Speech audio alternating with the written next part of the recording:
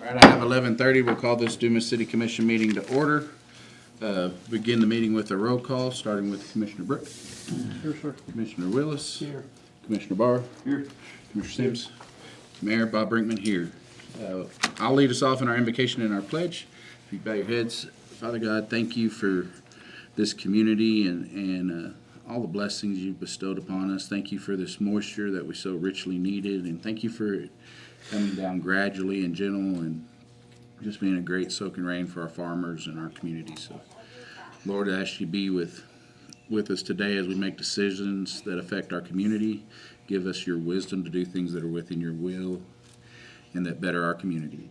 Lord, I ask you to be with our first responders as they attend to our need, especially in these weathers and with flooding risks.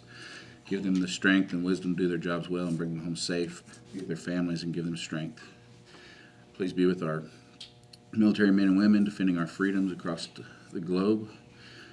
Help them do their job as well. Bring them home safe and give their families strength and peace.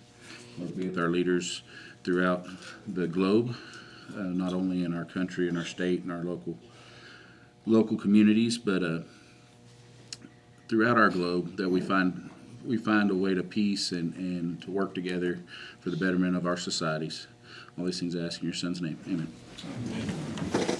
I pledge allegiance to the flag of the United States of America and to the republic for which it stands, one nation, under God, indivisible, with liberty and justice for all.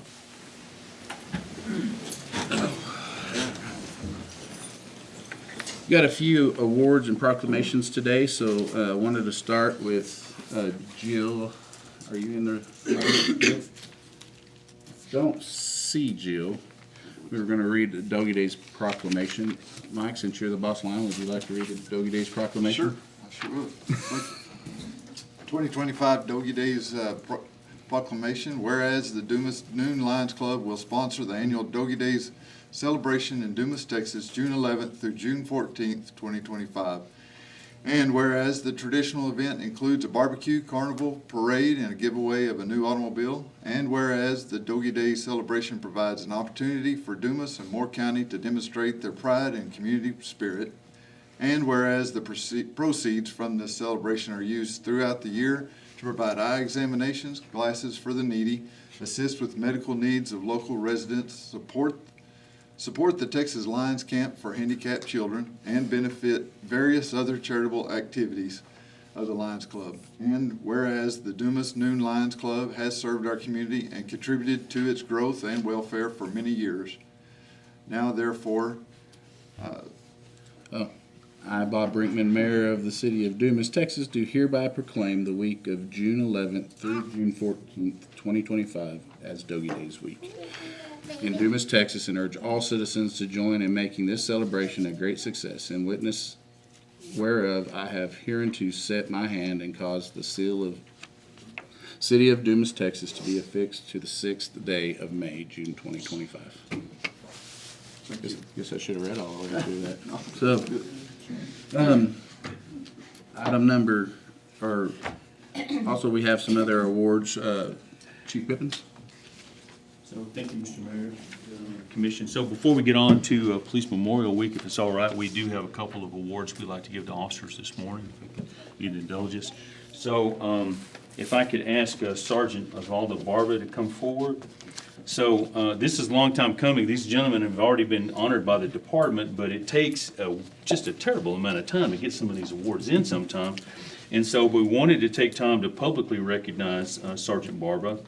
Because this actually happened almost a year ago. This is June 25th, 2024.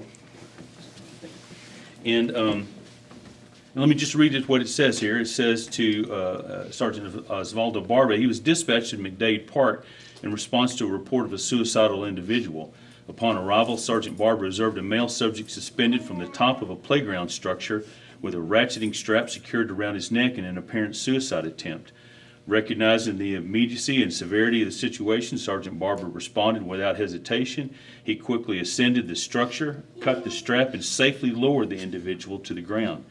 Once on the ground himself, Sergeant Barber promptly removed the strap from the subject's neck and ensured that appropriate medical attention was provided. Sergeant Barber's decisive actions and courageous response directly contributed to the saving of this individual's life. And his conduct in this critical moment exemplifies the high standards of professionalism, compassion, and dedication to the preservation of life. In recognition of his exemplary service and commitment to duty, the Dumas Police Department is proud to present Sergeant Osvaldo Barber with this life-saving commendation. So thank you very much.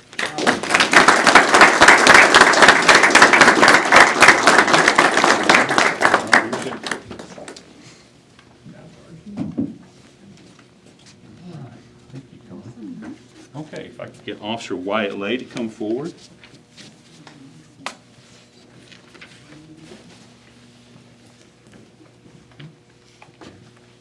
Wyatt, so actually, I actually came out that night. The only meritorious thing I did was actually wake up in the middle of the night after the phone call, did not have a heart attack, and managed to make it down to the hospital all right, and back home again. So you can come in for that if you'd like.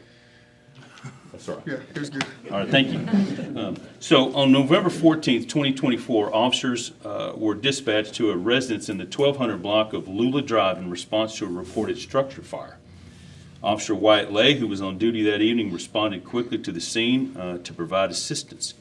Upon arrival, Officer Lay demonstrated exceptional courage and initiative. Without hesitation, he retrieved his department-issued fire extinguisher and entered the residence, placing himself at significant personal risk. Once inside, he quickly located and successfully extinguished the fire, but not before exposing himself to toxic smoke that affected his breathing, requiring immediate emergency medical treatment. His actions, this is not on the back of an ambulance either. He had to go to the hospital. I think you stayed the night in the hospital. He had an overnight stay, did you not? Yes, sir. Okay. And requiring immediate emergency medical treatment. His actions undoubtedly prevented further damage, likely saving the home and ensuring the safety of the residents. Officer Lay's actions reflect a profound commitment to duty and an unwavering dedication to the protection of life and property. His bravery and decisive response in a dangerous situation exemplifies the highest ideals of law enforcement service. In recognition of his exemplary conduct and selfless service, the Dumas Police Department is honored to present Officer Wyatt Lay with the Meritorious Service Award.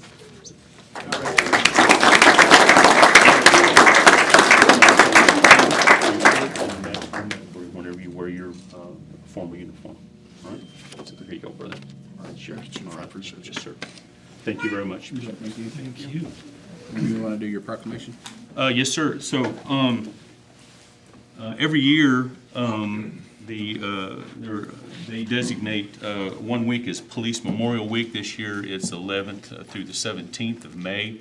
On May 15th is designated as Police Memorial Day throughout the country. And for the third time, our third annual Police Memorial will take place at 10 a.m. on Thursday, May 15th. And this is a joint effort, as always, with Dumas Police Department, the Moore County Sheriff's Office, Cactus Police Department, Texas Department of Public Safety, and other law enforcement agencies will be joining us, including the FBI this year. And so it's a time for us to take a few minutes and stop and to remember those who have fallen in the line of duty, particularly those that have fallen in the line of duty in the last year. So we appreciate the community coming out to join us. We appreciate our elected officials coming out, and we certainly appreciate the proclamation. And I'll read the proclamation this time. Whereas police officers of the Dumas Police Department stand watch over our citizens, selflessly risking their lives to protect individuals, families, neighborhoods, and property against crime. And whereas it is important that all citizens recognize the duties, responsibilities, hazards, and sacrifices of local law enforcement agencies. And whereas Thursday, May 15th, 2025 is observed nationally as Peace Officers Memorial Day in honor of those law enforcement officers who, through their courageous deeds, have made the ultimate sacrifice in service to their community or have become disabled in the performance of duty. And whereas the Dumas Police Department, past and present, who by their faithful and loyal devotion to their responsibilities have rendered dedicated service to the community, therefore be it resolved by I, Bob Brinkman, as Mayor of the City of Dumas, do hereby declare May 11th through the 17th, 2025 as Police Memorial Week in the City of Dumas, Texas, and hereby publicly salute the service of law enforcement officers in our community. In witness whereof, I have hereunto set my signature and the seal of the city of Dumas this 6th day of May, 2025. Thank you, Mayor. Thank you, and perfect tribute to that is 2 officers are awarded today. Thank y'all for all you do. We'll move on to the minutes. Has everybody had a chance to review the minutes? Any questions or amendments that need to be made? I'll make a motion to approve as presented. Second that. It's been moved and seconded that we approve the minutes as presented. All those in favor, raise your right hand, say aye. Aye. Any opposed? Motion carries.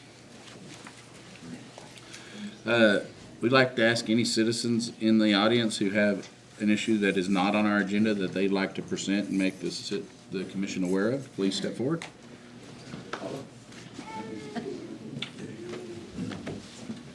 Good morning.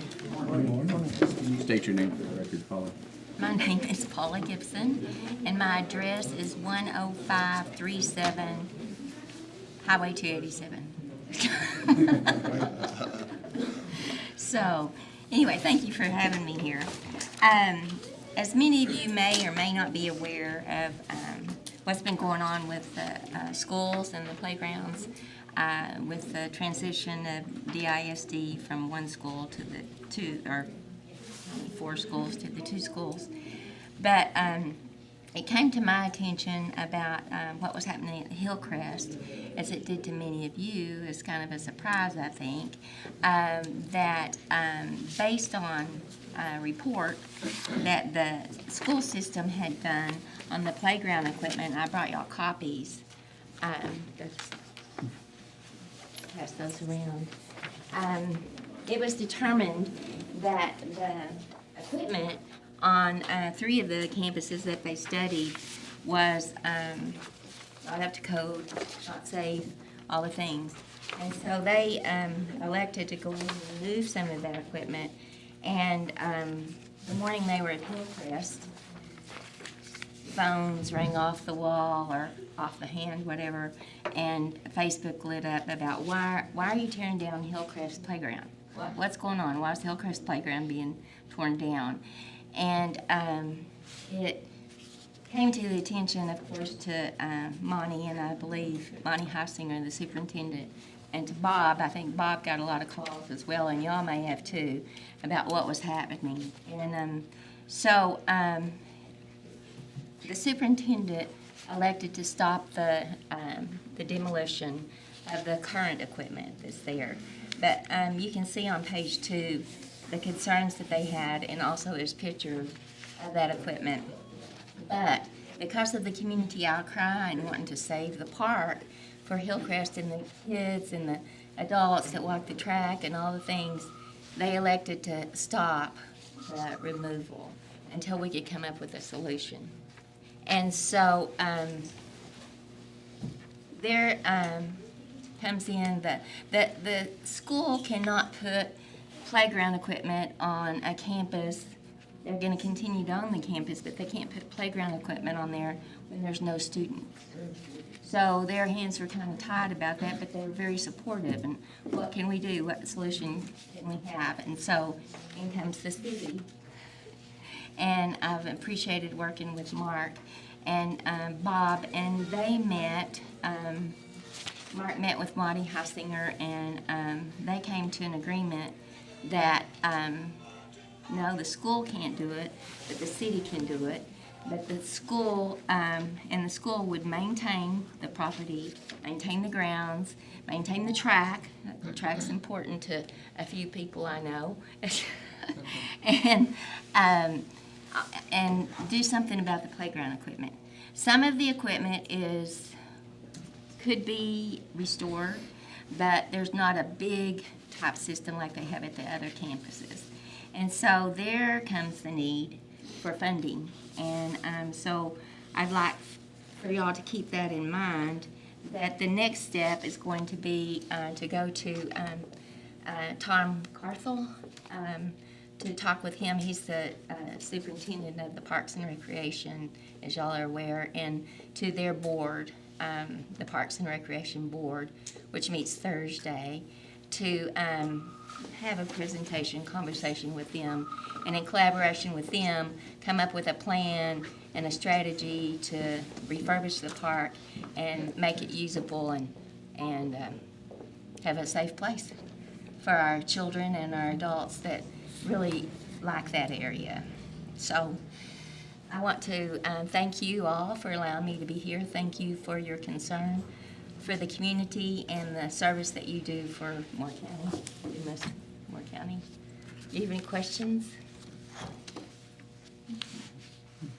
No, I thank you for bringing it to our attention, and I know we'll be considering what we can do with parks and things like that when budget comes up, but definitely neighborhood parks and kids having the availability of recreational areas in their neighborhoods is important, and so look forward to working together with the community and trying to come up with a solution to make sure that we can have safe facilities and accommodate as best we can. Thank you very much. She definitely is a force to reckon with. She doesn't go away. And I call us enjoyed- Saturdays. And enjoyed, working with her. But there's more to do, but Yeah, you got my brain going, wheels are spinning, I got some ideas, so, Oh, yay. yeah, thanks for bringing this up. Yay, yay. it is, she's getting on the radar, so we can at least discuss. Thank you very much. Yeah, saying Paul is a force to be reckoned with. You've always been great for our community. Really appreciate you. And I appreciate all y'all do. It's a big job for you, and I appreciate it. Thank you. Thank you, Paul. Thank you. Are there anybody else in the? Yes, sir. Good morning, everyone. Thank you all for letting me be here. Today, I'd like to bring up some issues from recent choices or decisions made from y'all. And then some broad ideas about the recent 10-year meeting that Mr. Hall had hosted. One of the sweet treats about working in the post office is that I'm able to read the newspaper a day early before everyone. And I saw that y'all had that meeting there, and I was kind of disappointed because I didn't hear about it. I don't know if it was posted online or what, or if it was posted anywhere. But because I'm not saying my ideas are any special than anybody else. And so I did take some time out of my day the other day to meet with Mr. Hall and discuss some ideas. And then if I can pass this out to y'all. My budget wouldn't allow me to print each one. So I'm just pass it down one by one. No, could you state your name for the record? Yeah, please? sorry. Eduardo Valdez. One thing that I saw was a new billboard downtown. The reason why I'm against that is because downtown should be a place for human-scaled objects and buildings and designs. If you put large signage near downtown, it sends a mixed message to people that this is a place to be driven through and not a place to stop at. And I do believe TxDOT allows cities to pass their own ordinances to not allow such tall billboards in their own city. So that's something I think we should consider in the future. That kind of goes on with the light pollution map that I have there up there for y'all. So if you look at the light pollution map, you can see that obviously the big ones are Amarillo, the refinery, and near Borger and near Sunray. I believe if we want to have a broad vision for Dumas in the future, I think one of the things that we can achieve is becoming a dark night sky tourist attraction. Not specifically, in Dumas, of course, but a place where people can stop and stay in Dumas and then, travel onward to, open up. We can open up opportunities for ranchers to do some kind of private deal. People go out there on their land and observe the night sky and watch the Milky Way galaxy. Right now, if you want to see the Milky Way galaxy, I believe the nearest place would probably be west of Channing on 767. You go out there near the state line and let your eyes adjust, and you start to see the galaxy a little bit. So I think that's a good way to bring in some money from outside. You know, a lot of Easterners are traveling, and you know, you look at you zoom out. You know, you can't zoom out on the paper, but if you zoom out on that light pollution map, we're pretty much on that western edge of, you know, just mega light pollution. So people from the east, you know, can have a unique opportunity to stay here and watch the night sky on that. And then also in that meeting, you know, one of the concerns was providing opportunities for the youth. I think one recent mistake by our city was to change the skate park and day park and, you know, have plans to convert it into a pickleball court. I think that's reflective of an attitude that's dismissive towards young people. I can imagine that back in the 90s or 80s, whenever that skate park was built, that people probably weren't too happy with the skate park given the stereotypes surrounding skaters. You know, you look at that skate park, it's really bad. I don't skate, so I don't know much, but I know you can just look at it and know it's bad. The asphalt, the bumps, and the old equipment, the old ramps. So yeah, if you want to, you know, show the youth that you do care about them, I think that's the wrong way to go about it, is taking away a skate park and then putting in a pickleball court. I mean, I don't know anything about pickleball, but I don't think it's really a young people thing. Yeah, I mean, I'm just excited finally that there's a plan, a 10-year, you know, whatever it is, a 10-year plan to have a vision for Dumas to attract money, whether it be business or people. So yeah, I wish that y'all can heavily consider some more broader ideas on that. So yeah, thank y'all for y'all's time. Thank you for your Are support. there any questions or concerns? No, I appreciate you bringing those things to our attention and just getting started on the long range plan. And so we're always interested to hear ideas. All right, thank you. I'd say something about the skate park, that our park board meetings are also open meetings. You're welcome to, and we had discussions over those whenever we were talking about that, and you know, had a lot of thought into it. So I invite you to those meetings also. All right, thank you. Interesting perspective. It was a long meeting. It was a long meeting and very interesting, even looking at the city of Dumas. Anybody else in the audience have anything else they'd like to discuss?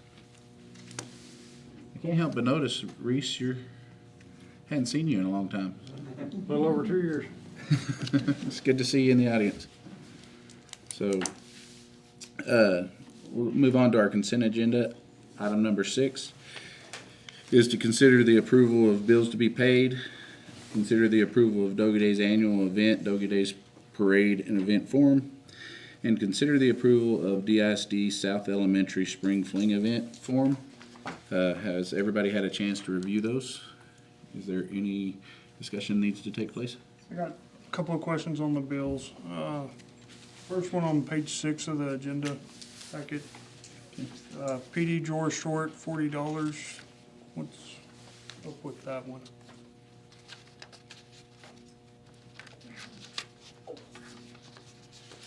Petty fund, petty cash. What page? It's the third item down on the page 6. Oh, that's. Or second. I'll answer that. The municipal court, we were short $40 in our door, municipal court. Do we know why? Do we know? Girls, Right, I understand that, but why was we short 40? Do we know? just, we were short $40, we may have just given back the wrong change. is what I'm thinking. And I think we know, who this is, but we'll try to straighten it out. And the second question I had was on, fire department, $250 on tablecloths. That's for when we go out and do career days, where we go out to the different schools and. So it's the Bolero one that's got your emblem and all and- that? yeah, it's just a fancy tablecloth to say, hey, come talk to us if you wanna know about becoming a fireman. Perfect. Okay, thank you. That's all I had there. Okay.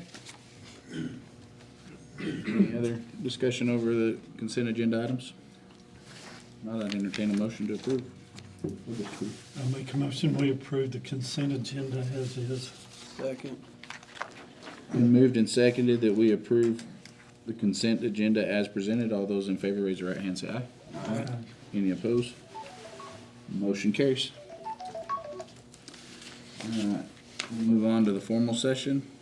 To consider, item number 8 is to consider the approval of department master meter utility rate consideration. I think we all were given a, what the staff found as far as how master meters are treated in other areas, other places. And did anybody have any questions on anything that was in those emails?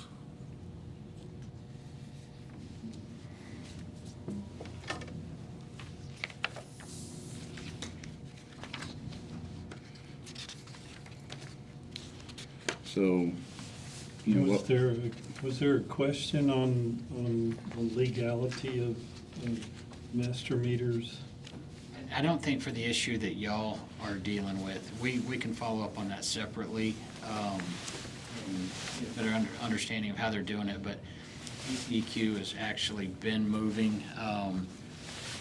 You have a single meter that goes in, they're wanting charges per door, as opposed to, I mean, just pick a number, just say it's $40 on a meter. TCEQ is moving towards the idea of if you have 20 unit, or 10, because I can do the math, you know, that on that base charge would be 10 times 40 instead of just 40. But I don't think that's going to affect whether y'all do it as residential or commercial, which I think is the issue now, and I think your staff did some research on how those are typically treated, but we probably ought to look at that other one, but I think it's a separate issue after studying it.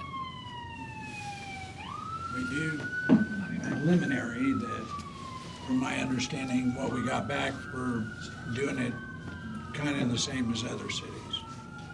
And that's what we've got back so far. There's always more room, you know, to keep looking and do that, but that's, you know, Bethany did a great job reaching out. There was some information that, you know, forwarded in that said, this is how they're being treated now is the way others treat for commercial and classify them. So, yeah, I mean, master meters are treated commercially as a kind of a rule of thumb. I don't know that there's a law that says they have to be. You know, and I understand the conversation last time was, you know, we're creating a residential burden on residences, but then it also comes down to enforcement and oversight, you know, of those facilities. Today, we don't have a ton of facilities that I think are covered, but our code enforcement and those kind of things are stretched pretty thin as we speak. That department is, and so making sure a multimeter that says it's residential, you know, adds another burden, whether it's an extreme burden or not. It does add another task for the code enforcement to do. You know, and so it's tough, and there's some other issues like Slater said that we need to look at, but you know, I've thought about it, as our city grows and as those things come, we want to incentivize people to do it the other way so that it's easier to maintain, it's fair for the residents, and you know, I don't know that we want to encourage or put more burdens on our staff that's already pretty stretched thin. Code enforcement's responsible for alleys and yards and health and restaurants and you name it, and we've got 2 people in the department for the entire city of Dumas. And so to add another burden on them and not have the budget to help them be able to do their jobs more efficiently. I don't know if that's something we need to do today. At least those are my thoughts. What do y'all think? I think I've stated it before, there's different layers to it. I get why Ronnie brought it up. But I don't disagree, it's somebody's house. But then if you're watering grass, now it's commercial property. So, I don't know. We can't control as a city whether the owner is charging more for water or not. All we can do is what we think's right. And then their business model takes care of the rest. But I understand what you're saying too. I think it, if I may have not been clear, but, at this point, I think it, I'm kind of leaning towards leaving it as a commercial property, just to be clear. I do understand that people live there, but, what's to get somebody that has a business that puts an apartment in it from saying, hey, this is a residential property? And then how do we enforce, how do we make sure that it's being used the way it's supposed to be used? If we were to make it non-commercial, it just becomes another thing for that group to try to keep up with. I was just gonna say that we'll always keep our ears open and continue, if there's ways to improve, we'll look for it. And door is open to talk, but things do change, and we'll always be willing to listen, like the city commission is.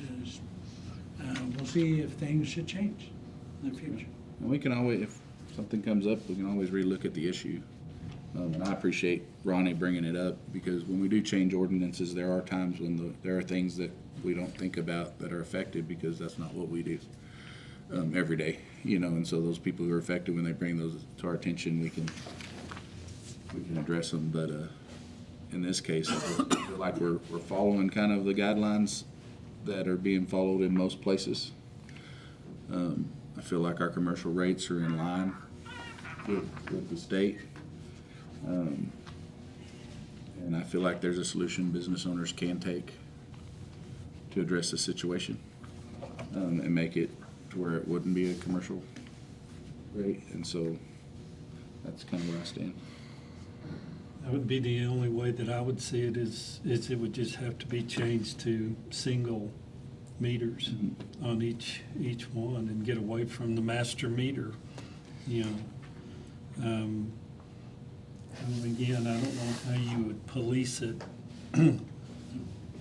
If you left it a master meter and tried to go residential rates, that'd make it very difficult to try to police and try to keep up with. I'm sorry it's that way, but it's, that's the way master meters are handled, and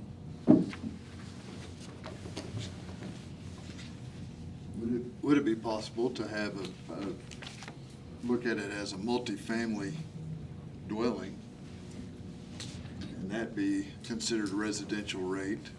And then going forward on the building codes and requirements, that if it's going to be a residential rate, it would need to have individual meters for these larger complexes and multifamily dwellings. So in essence, grandfather today in, and then move forward. That's kind of what I was thinking. It's pretty obvious what's a multifamily dwelling. We can kick it around and see what we can come up with again. Do we know if, because in our zones, there is a zone for multifamily housing, and Yes, there's a zone for commercial real estate, yes. the different types of commercial real estate, of course. We can look at Are those what would be that are allowed. in question, are they coded as multifamily or commercial? I was gonna say, with the indication we got in their code, it'd be classified as commercial, just in definition. But it is one of those that I'd have to get with Javier and go through that. He is not here today, but he would be able to answer that I guess question. I didn't mean coded, I mean zoned. Zone. Yeah, Um, I got what you meant. Tanks that Yeah, release. I got what you meant. Yeah, if their property is zoned multifamily, then that may provide the, whereas, I'm thinking of there's some places right out here that have apartments in them. And, Those are zoned commercial. and if they're zoned commercial, That's what we'll look at. Maybe that's where you draw your line, if it's zoned multifamily or if it's zoned commercial. and I like the idea of grandfathering in because I think it takes away the opportunity for, I guess nothing illegal, but Skirting maybe unethical actions by some property owners. Yeah, And I don't know that you can really call it unethical. It's their business plan, so. I Well, mean, it would be considered ethical. Is what it Everybody is. can say what's ethical and what isn't. I like Commissioner Barr's idea of grandfathering it and moving forward, making it, if you want this rate, then you do the individual meters. Can we look at that? And something that just needs to be looked at before, and so probably not a decision for today, but I know I had a town, where the infrastructure just simply would not allow individual metering. And so they had to go to, kind of what I was describing in the other one, just coincidentally, but it was an infrastructure issue. They just couldn't. Those were strip malls, pretty significant strip malls. But I think those are just things that need to be looked at. Probably need to look at your zoning map, because y'all have a lot of overlap in different areas. That in this area we can have this and this, or this plus everything that's here, and so there's just several moving parts. But I think what I'm hearing is the staff can at least take from y'all kind of a working theory and put that together and bring it back. Does that sound fair? Yes, sir. So we'll, Ronnie, do you have anything you'd like to say or add? I like the idea of the grandfather clause for sure. So if you could look at that, the only other option is to put in more meters. And I don't know what that costs, but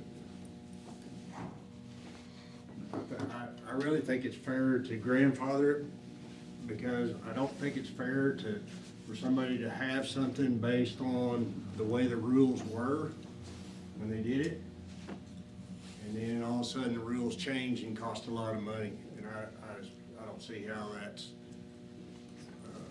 the way it should be, especially when it's costing so much money, because it's gonna cost me about $5,000 a year if it stays like it is right now. And I think that's just a lot of money to bear just on a rule change that doesn't have to be. I didn't see you over there. Audrey was blocking you. So, no, and I think looking at that makes some sense. I mean, we just gotta, as Slater said, there's a ton of moving parts, and I know the rule really hasn't changed. It was always registered a commercial property.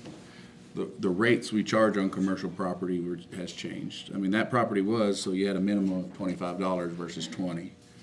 And we realized that we didn't have commercial rates on our commercial properties that was different than residential rates. And that's out of line with with the rest of the world. And with our water infrastructure deteriorating and the costs that go into it, that's why we made the adjustment, is because we've got to create the revenue stream that helps us maintain our water system. And so it really wasn't so much that we said, hey, this is now commercial. It was always deemed commercial. We just changed the rate on commercial. At one time, mine was residential. When I first bought them, they were classified as residential. Oh, really? Yeah. Because I know we didn't tell them to change how they were looked at. So I understand that. When it was when Bill Knight was the commissioner, I came to the council and asked about a different billing method. At that time, they were billing me 16 individual bills and sending me 16 paper copies every month. And I asked about just an idea of how to make that. It just didn't seem like it should cost as much money to send out one bill to one customer as it did 16, and all of the mechanics of all of that. And they changed it from residential then to commercial. So that was probably, I don't know how long ago when Bill was commissioner. It's the only time frame I have on that. And then it's been good ever since then, and, you know, I felt like it was fair the way they did it. Yeah, and back then, there was no reason to make a difference because the rates were the same. Right. And, you know, but it's interesting because some of the other stuff we have to talk about involves the separation of how many people are in, or how many doors are in the facility. So definitely something to consider. I think we'll see where we can go from here. Okay. Does the staff have any other questions? Mark, you good? Good. We'll All right. keep seeking it out. Item number 9 is to consider the approval of Dumas Downtown Association tax invoices to be paid. Chris. Good afternoon, Commissioners, Mayor. My name's Chris Rivera, and I'm here on behalf of the Dumas Downtown Association with a budgetary request. You're all aware of the surroundings of the Dumas Downtown Association, the ongoing investigation. Well, one of the things that came to light is that in 2023, the Dumas Downtown Association failed to pay its federal taxes. That resulted, well, we got with Arturo Ortega. He filed our taxes, and that resulted in an invoice from the federal government in the amount of $2,040, along with a late penalty of $2,966.72. And my apologies, those are backwards. The penalty is $2,040. For a grand total of $5,006.72. It is the association's hopes. Let me backtrack. When we submitted our current budget, we did so with the salary of our previous manager. We're in the process now of hiring a new manager at a reduced salary. We estimate that there's going to be a surplus of $43,363 on that particular item. It is the hopes of the association that we could dip into that surplus to pay the federal government what we owe them. Now, was this wage taxes that they didn't pay, or what taxes did they not? I believe so, yes, sir. Like the Payroll. FICA, Payroll taxes. Thank you. Sorry, it's payroll liabilities that weren't paid. Okay. Well, the reason why I say, because as the commission, we were responsible for having a paid person so that we could be on the full-time paid staff so that we could work towards being on the Main Street program. Yes, sir. So, you know, if it was taxes on income and things like that, I don't know that the city is can be responsible for that, but on the wage side of things, I think that can fit within the budget. Any questions on your side there, Slater? No, it's just, we're gonna have some of these popping up. So, I mean, especially with as long as we're not having to change budget items or budgeted amounts. Yeah. I don't really see an issue with that.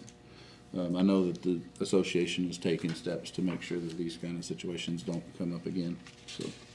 Wasn't the downtown association budget put in with the chamber budget? Correct. Yes, I just wanted to. that's why I'm here. Any other questions for Chris?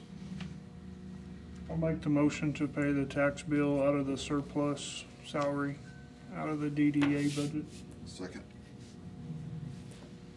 We moved and seconded that we approve sorry, I got on the wrong line.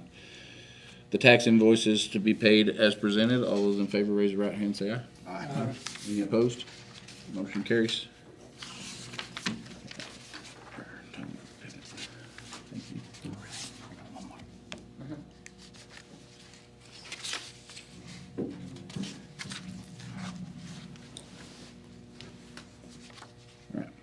Move on to item number 10, consider the approval of Dumas Downtown Association invoice to be reimbursed.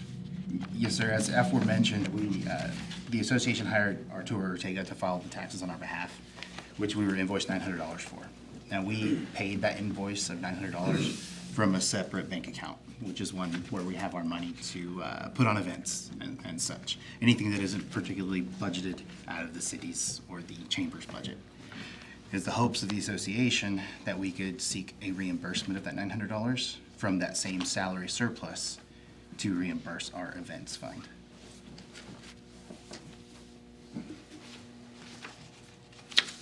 So it's basically transferring money from one account to another. Yes, sir, and the amount of $900 even, and we wanted to make it a priority to pay Mr. Ortega. Yeah. He's local, he's been a tremendous help to what the association's going through right now, so we wanted to make him whole. And I will say this, I don't care whether you paid or not, but I will tell you that from the very moment that we learned about this, he was instrumental in kind of setting up some of the organization and bank accounts and stuff, so his name was still on them. You know, it just happens in public service, and he's spent a good bit of time helping us work with the Secretary of State and different entities. And we probably made him do that as part of some imagined obligations as a former board member or a creator. But I will share, I don't know him, I've talked to him on the phone, but he has been invaluable in wading through this.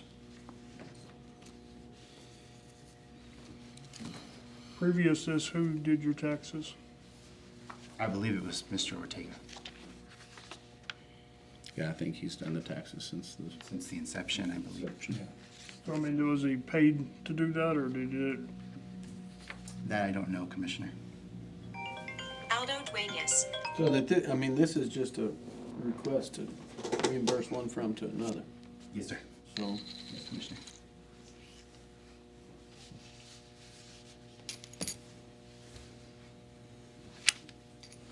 I mean, realistically, the tax should be paid out of the chamber budget side versus an event fund.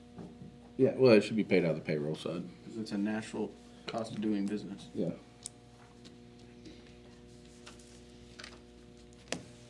So I'll make the motion as requested. I'll second it. It's been moved and seconded that we approve the Downtown Association invoice reimbursement request as presented. All those in favor, raise your right hand and say aye. Aye. Any opposed? Motion carries. Thank you, Commissioners. Mayor, you always make me nervous. Can I ask is it appropriate for me to ask a question in regards to this? Depends on the question. Do what? Depends on the question. You state your name for the, Regina Gorham, I am the office manager for the Chamber of Commerce and representing the chamber right now with Carl Out of Pocket. It's my board that wants to make sure we're covered. So I know that they had expressed to DDA as these things come up from past issues. My understanding is Mr. Rivera will come each time. So I just want to make sure I'm handling everything correctly. So I need copies of the minutes, basically, I think, for backup documentation. Is that what you would? you could probably. Because these are issues that happened before the DDA came under us. And I don't have an issue paying them because it's like he said, there is room in the budget. I just want to make sure the chamber is covered properly. I mean, you sit as an ex officio on our board. So my understanding is maybe a copy of the minutes would be sufficient for bookkeeping purposes? So the DDA had its own individual board, but it's always been funded through the chamber. No, sir, it has not. Always, we've done it through the chamber. We're now off. But we don't have, and yeah, so. I would just recommend work with the city manager and his staff, and they'll help you get there. Okay. I just didn't want to, yeah, okay. That's good for me. Okay. Thank you. I'll be in contact with you. Yes, ma'am. Yes, ma'am. So, consider the approval of ordinance number 1240, zoning change. This is our second and final reading. Mike? Mike Madrid of the City of Dumas Buildings Department. Good afternoon. I'm just here to represent the Buildings Department in this final reading for the zone change from an H to the J. There's 0 changes, right? Correct. I don't see any. I did look at the past one. Make a motion, we approve the second reading of ordinance number 1240. Second. Been moved and seconded, we approve the zoning change on ordinance number 1240, second and final reading as presented. All those in favor, raise your right hand, say aye. Aye. Any opposed? Motion carries. Thank you, Matt. Thank you for your time. Item number 12 is to consider the approval of school zone sign removal on North Dumas Avenue. Mark. Mayor, Commissioners, keeping it short, this is kind of a housekeeping for us and for the Texas Department of Transportation. On Dumas Avenue, there's flashing light signalization. It was for Green Acres. It was school crossing. It is, because it's still on there, we do enforce it. And it can be enforced by the state. So we moved our equipment off. This is more of just a housekeeping deal. They respectfully wanted to, me to ask the commission, if there's no objection, they will officially move that off and we'll go on and speed will be restored in that area, and so it's, I think, a good thing, and I thank them for just going about this way, is asking if the city commission had any objection. I think we asked to change the ordinance on that a long time ago, and this has been in conversation for a lot of times, and I've driven down that street almost every day for over 10 years. And I can't think of one time I've ever seen a kid walk across that street. No, and I did. A long time ago, but no. Not in recent memory. I did call the school district. I've noted that. They called. And they're good with it? They are good with it also. I'll make the motion to remove the signage on North Dumas Avenue for the school zone. I'll second that one too. It's been moved and second that we approve the removal of the school zone signage on North Dumas Avenue as presented. All those in favor, raise your right hand, say aye.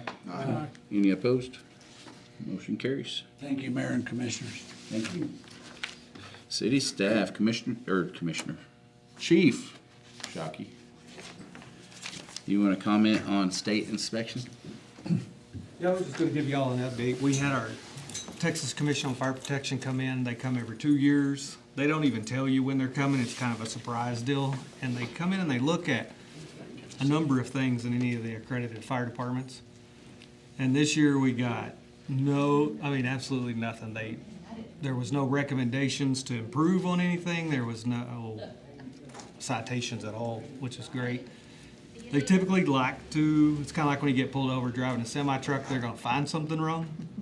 He was there for 6 hours and couldn't even find anything wrong, so I was kind of just wanting to come up and brag. They look at all our bunker gear, our trucks, our equipment, our training, you name it, they go through everything. And they didn't find anything, so we were real proud of that, and he was excited too, so. I just kind of wanted to say that. There's no doubt we have an excellent fire department. Thank you. And a great. Thanks. Thank you. Thank you. Jury's still out on that. Yeah. We'll figure it out. Give him a little pat on the back. So. All right, city manager. Mayor, Commissioners, just want to thank all the departments for moving forward and doing what they do. We're getting ready for the busy season. Kids gonna get out of school this month, so there'll be more activity. I just want to thank them for what they're doing to line that up. We will be moving in June at some point into start of the budget.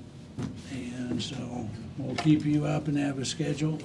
But things are, they're, with what they have to work with, they do some fantastic things. So I'm very proud of them. And if there's any questions by the commission, I'll be glad to answer those at this time.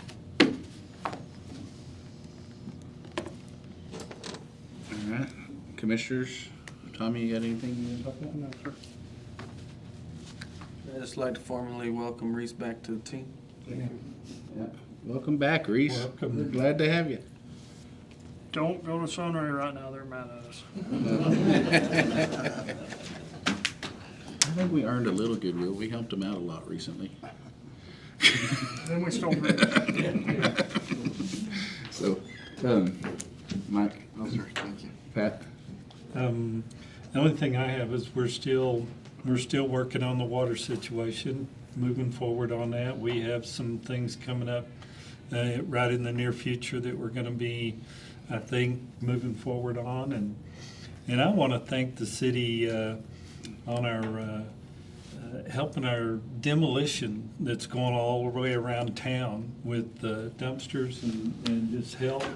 The city helps out tremendously that I don't think is recognized, you know, on how much help is done, you know, from the city on some of these older buildings and some of this stuff that needs to be cleaned up and done. And I just wanted to recognize our employees and citizens for help.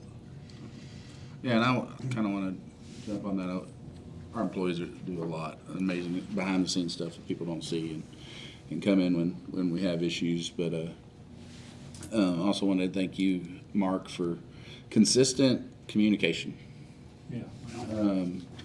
So Except for one time. Our you know, getting the reports on a weekly basis, and they're thorough. They really help us understand what's happening in the city and what's going on, and give us better understanding of where we fit, and give us the confidence to know that somebody is paying attention and taking care of it, and and being open to work with the citizens as we've had multiple different issues. And then I just ask everybody to be safe with current rain. I know EOC's been sending reports out to us, but there's some opportunities for some flooding in the area. So as you're traveling, you know, be mindful of low water areas, or you know, or low water crossings. You know, we don't have that issue here very often, but we're getting a decent amount of rain, and so around some of the creeks and stuff, we need to pay attention. And if you're down in the creeks, just public service announcement. Very thankful for the rain. That's all I had to say. We'll move on to our executive session.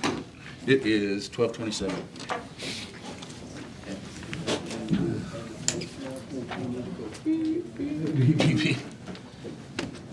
Tommy's been blowing me up with all these VOCs.